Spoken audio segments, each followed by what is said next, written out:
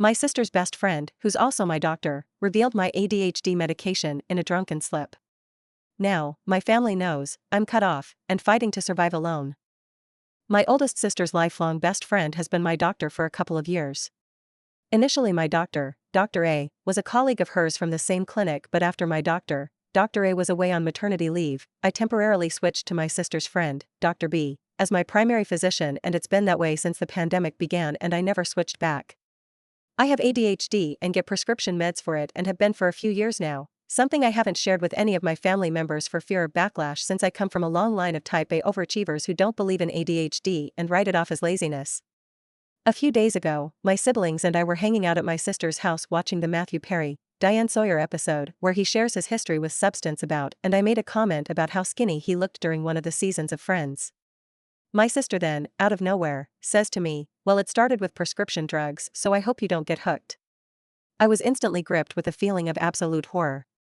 My other siblings were confused and looking at her for further clarification, but she didn't say anything more.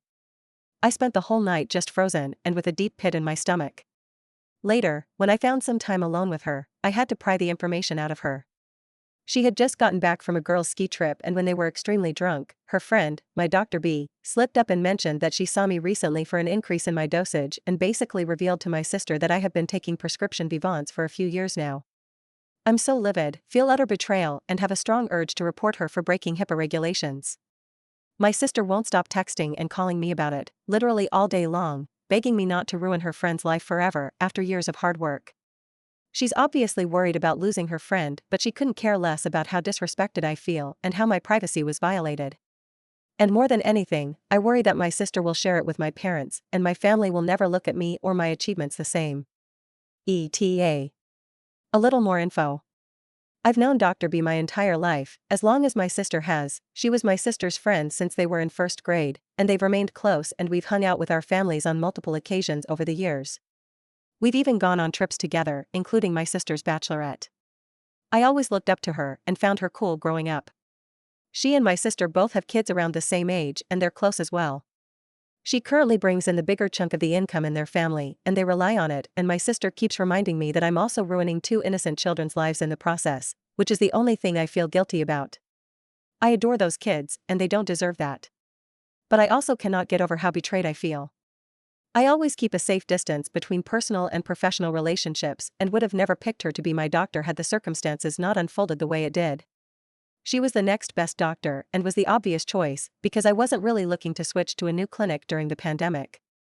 Relevant comments, OOP, on her sister's personality. Dr. B doesn't know what my sister told me yet. So far, it's just been conversations between my sister and I. She's making it seem like they were so sloppy drunk that it was a slip-up and a complete one-time total accident, but I don't understand why that would even come up at all, and don't believe that. My older sister flaunting sensitive info about my sibs, and I is a tale as old as time. When we were kids, she would hold on to a secret she found out about one of us till the perfect moment and would thrive on dropping the bombshell to our parents during a road trip or in the interval of a great movie and ruin the entire thing. It was her thing, and I fear she hasn't fully gotten over the habit as an adult. My older sister considers herself our parent too and has always narked or used stuff as leverage against us. I used to fear her growing up and would hide my journals at my friend's house because she would snoop. Definitely lacks empathy. Update 1. Thank you for all the advice and support on my original post. After reading the feedback, I reached out to a close lawyer friend for advice as well. And he, like most of you, agreed that I should report it and to do it without informing anyone else. He said it was better for me to do it sooner, to have it on record. They prefer any complaint to be filed within 180 days of when you knew that the act or omission complained of occurred. 2 days after that, I reported Dr. B to OCR for violating HIPAA and Patient Safety Act and breaching my fundamental right to health information privacy. I didn't tell my sister or anyone else, but a few days later, I saw my entire family when I went home for the holidays. I hadn't heard anything back yet on my complaint, so I wasn't sure if Dr. B was aware yet, let alone tell my sister that I had reported her, so I didn't say a word. Turns out that wasn't my biggest issue at that moment though. My sister had already told my parents that I was on an extremely high dose of controlled substances. I knew my parents wouldn't take this news well, but they were far more upset about it than I could have imagined. My dad doesn't believe in ADHD and thinks it's merely an excuse for those that allow themselves to get easily distracted, especially since the age of social media. He even remarked that he noticed I was quite slow with my responses since dropping out of my chess club. Really absurd and offensive comments. I can't even remember a lot of it because I was frozen. I just sat there, nauseous and livid, with tears in my eyes, just listening to the three of them, my parents and sister, take turns going off at me. My mom wanted me to stop all medications immediately, that I'm better than this and smarter than this, and even threatened to tell your professors that you're on drugs if you leave us with no choice. But when she said that, it hit me. I had a choice. I could choose. I could choose to never have to deal with this again and to not let them treat me this way anymore. So I did. I chose to say nothing and allowed them to interpret my silence as agreeing and submitting to their ways as I have done so many times before. And then I went to my room, chose to book a flight and pack up most of my stuff. My books would need buses of their own to be transported anywhere. The next morning, I chose to call an Uber a few hours before my flight, while they were still asleep, and flew back to my university. I chose me. In January, I found out that Dr. B had prior complaints from patients against her, and my report had opened an investigation that is currently ongoing. She's been placed on temporary leave till the case is resolved. I can't share more details on that for now, but I will come back and update once it's done. Relevant comments. Commenter 1. I also have ADHD, and I studied neuroscience, partly because I wanted to understand. I also come from a family that thinks like OPs, and I got the same BS from them all my life. We now finally come to be able to make ADHD visible in MRI scans and predict the presence of symptoms with an accuracy of up to 80%. We can make visible the ways ADHD brains are different from normal brains, not in their structure, but in the way they make use of it. We can see where our bodies use more oxygen and neurotransmitters, and ADHD brains are visibly different from normal ones in a way that is congruent with the symptoms. We can even tell apart the inattentive type and the hyperactive type with an accuracy of up to 75%. People who say ADHD patients are lazy and their symptoms are their own choices and character flaw are as ignorant and backwards as someone still believing the flu is caused by bad air or cancer is God's will. If this family is so smart, they are doing a really good job at remaining ignorant. With all the evidence out there, they have to really choose not to read and educate themselves and become advocates for their child and sibling, but instead actively avoid the newest scientific evidence that their opinion is stupid and they have been shitty people all along. Oop, it took me 30 years to make the step you made. Kudos on being so brave and mature while still being in college. I'm still trying to come to terms with self-doubt, imposter syndrome and depression. If you can afford it, do some therapy. Growing up in such a negative environment takes its toll even after you cut the ties. I'm proud of you. The hurdles to get to where you are today were huge and you did it all by yourself. Never forget that. Here's an article about it. This is just a small study in China, but they are happening everywhere and they all come to the same conclusion. Oop. I have tears in my eyes. I really needed to read every single thing you typed out here. I'm so tempted to send this to my family, but I don't want to interact with them right now, so I won't. I love science just as much as they do, and studying physics brings me so much purpose. I just know I need some help in staying ahead of my course and completing my assignments, and I'm finally okay with that. In the short time that I've been away from my family, I felt so much more freedom in accepting who I am. That I am still smart and capable, and that I will still become a scientist, even if I do it my own way, and I am okay with the fact that my family doesn't approve of my choices. If they can't be bothered to listen to me, let alone attempt to learn anything about my diagnosis and try to be there for me, they aren't worth worrying over. I have spent far too much of my life doing that already. I have no more time or energy to give to that anymore. I'm channeling all of that towards me, achieving my goals, and healing my trauma. Thank you for listening and for sharing. I'm so grateful for you. OP Honor Family. It's their whole image. We come from a long line of scientists, and many of my family members have a PhD. And as far as I know, none of them have been officially diagnosed like I have, or maybe they struggled with it secretly, but their work ethic and achievements are everything to them, and they would never reveal anything that would show otherwise. It's the way we were raised, and I didn't know anything else for most of my life. Anyone who couldn't pay attention was distracted in their eyes. Nothing more. Comment or 2. Sad thing is, I get the feeling that you could show all of this to OP's family and it wouldn't make a bit of difference. Up. It wouldn't. You are so right. I considered it for a second, but you are so very right. I was seriously so blind for years. All I wanted was to be good enough for them. Therapy is now making me realize so many things. It's so bittersweet. My heart aches. The worst part about going no contact with your sister, missing out on getting to hang out with your niece and nephew, March 30th, 2023, 3 weeks later. I don't know how many of you have actually gone NC with your family, especially to the extent that I have currently, but I'd love to hear any advice you might have. At this point, I don't have any form of communication with my parents and older sister and haven't since December. The most awful part about this whole thing is my inability to reach out to my young niece and nephew who I'm so close to. Every year I receive a Valentine's Day card from them and this year I got none. It's incredibly lonely and I don't wish this on anyone. I'm always wondering why they think I haven't called them. As much as I'm growing and healing from this, I'm also dealing with a lot of trauma and it's rough. Relevant comments OP on learning about herself. I think it's so hard for me right now because for years so much of what mattered to me was getting approval and being good enough for my family. Especially since they're all overachievers and place a lot of value in academic excellence. And to feel no support from them at a time when I could really use it. I've never felt so alone and just out of place in this world. But I'm also learning a lot about myself and how codependent I was and relied too much on their opinions to ever even form strong ones of my own. So the bright side to this is figuring myself out. OP on losing her sister. I've been having an extremely hard time the last few days dealing with this. I am looking forward to when I can say my life is much healthier and happier without my sister.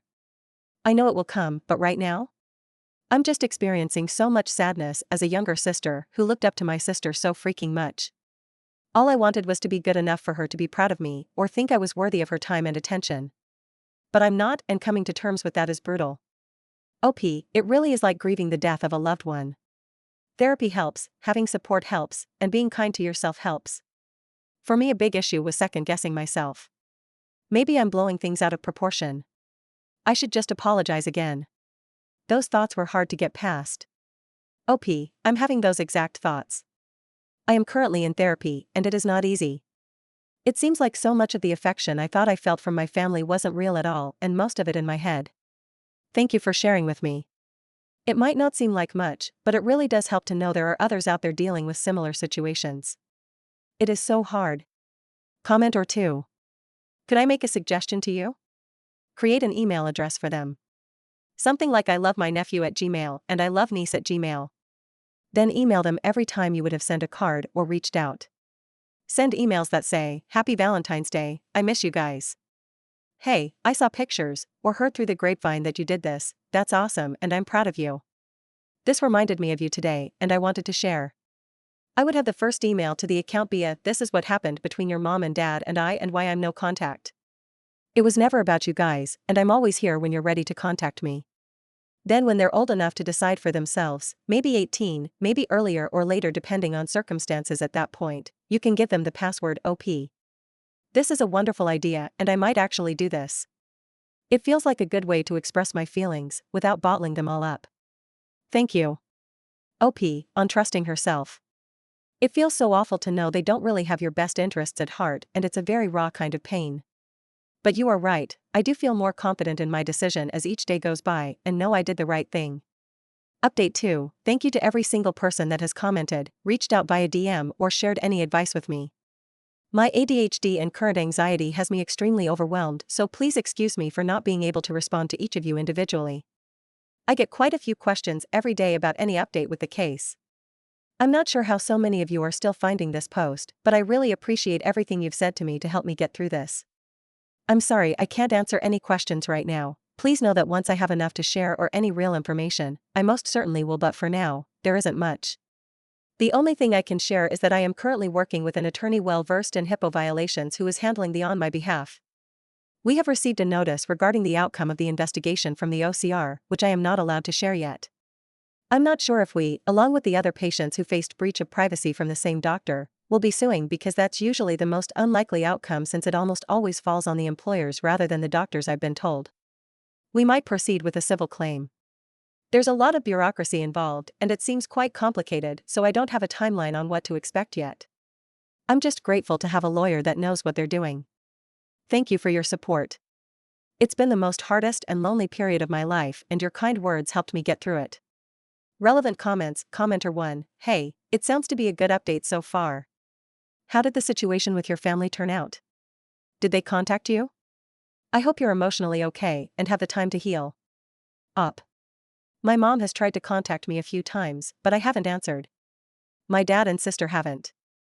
I have checked in with my other two siblings a few times, when I'd just been so incredibly lonely that it feels like the world is ending. I am not emotionally okay at all. I'm going to therapy and getting help for it, but processing trauma is a very hard and painful process. I can't explain to you in words how it feels to have a stranger make you realize your family has never loved you at all. As much as my older sister was a bully to me, in some twisted way, she was my idol growing up and all I wanted was to make her proud of me. I never felt worthy of her time or attention back then and never did even as an adult with many achievements. And to know she would pick her friends in a heartbeat over me, it really was such a painful stab in my back. I know things will get better. I feel it in waves. I am finding confidence in little things every day. I just found out that my family cut me out of their insurance plan and I no longer have access to health coverage including my prescription meds for ADHD or therapy, both of which I really need right now. What are my options? May 24, 2023, 1 month later. I'm a full-time student under the age of 26, and my health insurance so far has been included in my family's plan under dependent coverage extension. A few months ago I went and see with my family after they found out I was on prescription V-Vans for my ADHD, something they absolutely do not believe in, and refused to support me. 2 weeks ago, I found out that they have taken me off their health plan and have pretty much left me to fend for myself. I haven't been able to get my meds this month and it has been awful. Since I study full-time, my only means of income is a part-time TA job on campus, which is currently on hold since the semester has ended and some tutoring I do during my very limited free time. I'm struggling and on the verge of a mental breakdown and could use any advice I can get. What options do I have to get some health coverage or any assistance whatsoever? Sorry if this has been hard to read, my eyes fill up with tears anytime I try to type this out. Relevant comments. Commenter 1, what QLE did they use to drop you? Is one not required on the marketplace plans to experience a life event to drop an enrollee mid-year? OP. Dependent no longer eligible because of full independence, is what I was told. I'm currently involved in an ongoing lawsuit due to a HIPAA breach by my doctor. It's caused a major rift between my family and me since the doctor is the best friend of my older sister. Hence the NC, and probably why they did this. Commenter 2, you most likely will be able to get Medicaid. Do you have a local Department of Social Services you can go to? OP. Would I be able to qualify for Medicaid independently even though my family has a high disposable income? I'm financially independent but have been on their plan my whole life until last month. I've reached out to a few that were recommended by my university, but since my official address is out of state, where my parents are, I'm having to get those sorted first. Commenter 3, make sure they're not claiming you as a dependent on their taxes still, but generally yes. It's not based on your family's income since you're not a minor and don't live with them. OP. I hadn't even considered this. I need to look up how to check if they're claiming me as a dependent. Thank you for pointing this out. My final update. Farewell and thank you for your support. I hope you read this. June 6, 2023. 2 weeks later. Hello everyone, I want to express my deepest gratitude to all of you who have reached out, offered advice or a safe space for me to be heard and provided unwavering support during my time here. Your kindness has been a guiding light in what has been the absolute darkest time of my life. I was so incredibly lonely after making the difficult decision to go no contact with my family. However, amidst this awfully painful period that I wouldn't wish on anyone, I discovered a newfound sense of belonging provided by all of you compassionate strangers on Reddit. To those of you that were proud of me, I cried a long cry for every single time I read those words, and I will carry them with me till the very end. Science is my purpose here. I will rise again and hopefully help change this world for the better someday. As I embark on a healing journey, I've decided to take a step back from here. As someone navigating ADHD, I can sometimes become overwhelmed with feedback. Therapy has taught me the importance of focusing on my mental well-being, and given the financial challenges I'm facing and ongoing legal issues, I will be working 2 jobs to make ends meet and afford the healthcare and stability I need while I'm off from school. I cannot express how much your support has meant to me, but at this time, I must prioritize my responsibilities and take care of myself. Till I'm back, I want to leave you with a quote that resonates deeply within me. Pass on the kindness of strangers, for they have the power to mend the broken and inspire the lost. From the bottom of my heart, I thank you for becoming the family I needed when I felt most alone. May your lives be overflowing with happiness, love, and success. Take care.